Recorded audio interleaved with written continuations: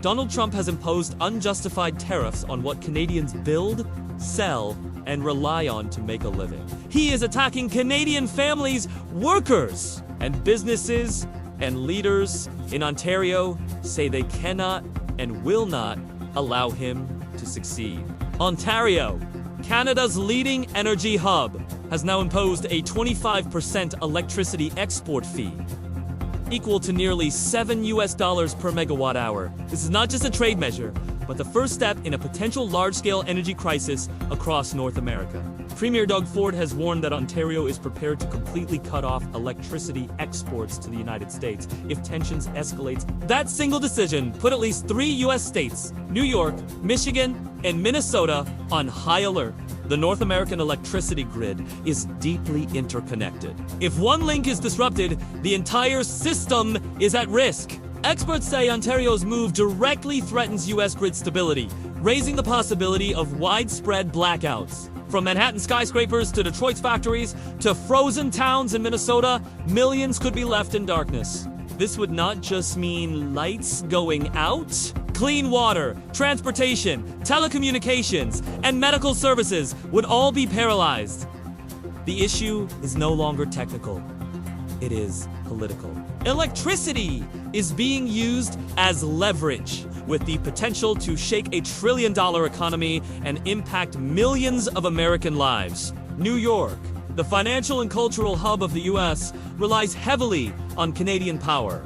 An internal report from the New York Independent System Operator warns that any disruption of Canadian imports would threaten grid safety, especially during heat waves or deep winter cold. A small failure anywhere could ripple into a massive blackout stretching from Buffalo to Long Island. Because New York is a hub. Neighboring states like New Jersey, Connecticut, and Massachusetts would also be pulled into the crisis. New York officials are scrambling, ramping up gas plants, importing power from western states, even considering restarting old coal plants. But none of these options can fully replace Canada's stable hydroelectric supply. For 19 million residents, a single decision across the border could upend daily life.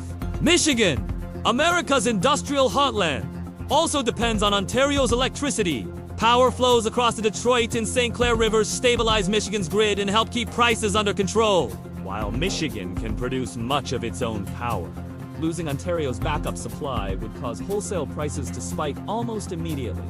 Full auto plants in Detroit, Lansing, and Flint running around the clock.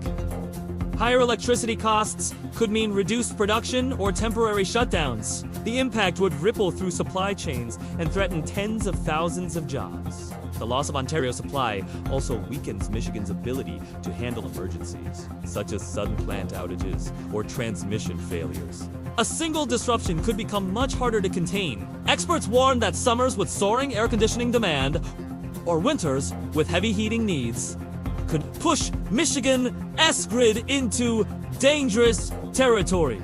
Rising prices would also spill into neighboring states like Ohio, Indiana, and Illinois, spreading the crisis across the Midwest. Minnesota may import less electricity from Canada, but it is far from safe. Reports from the North American Electric Reliability Corporation place Minnesota in a high-risk category over the long term. As other states scramble for power, Minnesota will be pulled into a spiral of rising costs and unstable supply. Because the Midwest grid is interconnected, shortages in Michigan or New York force greater demand on Minnesota's transmission lines. Harsh winters, where temperatures regularly fall below -20 degrees Celsius, make any disruption life-threatening. Families could be forced to choose between heating and other necessities. Wisconsin faces similar risks. Although it relies more on domestic production, it depends on regional transmission lines that are now under strain. Even a modest 10 to 15% jump in electricity costs could devastate small businesses. From steel to paper and food processing.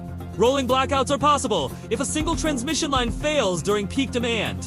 Wisconsin is racing to restart old gas and coal plants, but this means higher costs and rising emissions. Experts fear it could become the choke point of the Midwest, where one small problem sets off a chain reaction across the region. North Dakota, long considered the heart of America's energy production, is also caught in the crisis. It produces coal, gas, oil, and wind power, but much of its output still flows through regional transmission lines that connect with Canada. With Ontario cutting exports, North Dakota faces rising transmission congestion and soaring spot prices. The state has been forced to keep coal and gas plants running despite federal pressure to scale them back, increasing the risk of failures during extreme cold. If shortages persist, officials warn that power may need to be prioritized for hospitals, military bases, and data centers, leaving households and small businesses vulnerable to rolling blackouts. And because North Dakota's grid connects directly to Minnesota, South Dakota, and Wisconsin, any problem there could trigger a domino effect across the Midwest. In less than 24 hours, Ontario's decision has shaken the U.S. electricity map. From Chicago to Detroit, from New York to small towns on Lake Superior, the atmosphere is tense. Prices climb by the hour, factories brace for shutdowns, and millions fear sudden blackouts. This is no longer just an energy issue. It is political, economic, and existential. Every passing minute pushes America as power grid, and its people closer to the brink of darkness.